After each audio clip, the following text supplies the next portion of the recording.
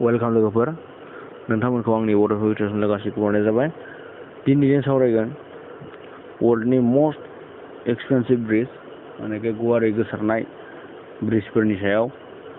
नोंथांमोना दासिमबो आंनि चेनेलखौ साबस्क्राइब खालाम आरो भिडिअखौ जोबजासिम नायगोन होननानै आसा खालामनाय थाबाय।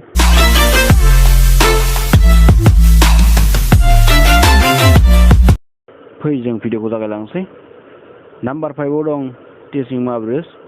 बे जाबाय चाइनायाव दं।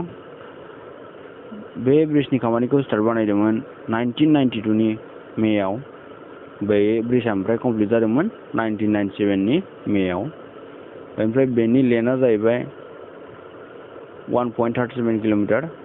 बेनिफ्राय बे ब्रिजनि कस्टआ एबा दामा बेखौ बानायनायाव बेसे खरसा जादोंमोन, माने बेनि खरसा जाहैबाय 1.35 बिलियन। दानिया नाम्बार 4 आव दं यंजं ग्रेन्ड ब्रिज। बे ब्रिजआ साउथ करियायाव दं। ओमफ्राय बे ब्रिजखौ बानायदोंमोन 1995 नि नभेम्बराव। बे कमप्लिट जादोंमोन, माने बानायनाया कमप्लिट जादोंमोन 2000 नि डिसेम्बराव। बेनिफ्राय बे ब्रिजनि बानायनायनि कस्टआ जाहैबाय 1.9 बिलियन। बे ब्रिजनि लेन्थआ जाहैबाय 4.42 किल'मिटार। नाम्बार 3 आव दं भेरनजानो नेर'स ब्रिज। बे निउयर्कआव दं। बे ब्रिजनि खामानिखौ स्टार्ट बानायदोंमोन 1959 नि आगस्तआव। बेयो कमप्लिट जादोंमोन 1964 नि नभेम्बराव।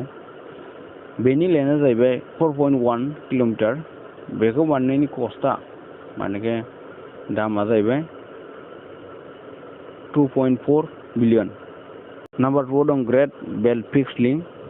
बे ब्रिजआ डेनमार्कआव दं। बे ब्रिजनि खामानिया स्टार्ट जादोंमोन 1991 आव। ओमफ्राय खामानिया जोबहैदोंमोन 1997 आव। बे ब्रिजनि लेन्थआ 6.7 किल'मिटार। बे ब्रिजनि बानायनाय खरसाया जाहैबाय 4.4 बिलियन। नाम्बार 1खौ बुंनायनि सिगां नोंथांमोना दासिमबो आंनि चेनेलखौ साबस्क्राइब खालामोबा साबस्क्राइब खालाम आरो लोगोफोरनोबो सेयार बानाय आरो भिडिअखौ मोजां मोनदोंबा मोनसे लाइक होना हो। नाम्बार 1 आव दं अकलेन्ड बे ब्रिज। बे ब्रिजआ गोदान बानायनाय। बे ब्रिजआ जाहैबाय सेन फ्रान्सिस्क'आव दं। बे ब्रिजनि खामानिखौ स्टार्ट बानायदोंमोन 2002 नि जानुवारियाव।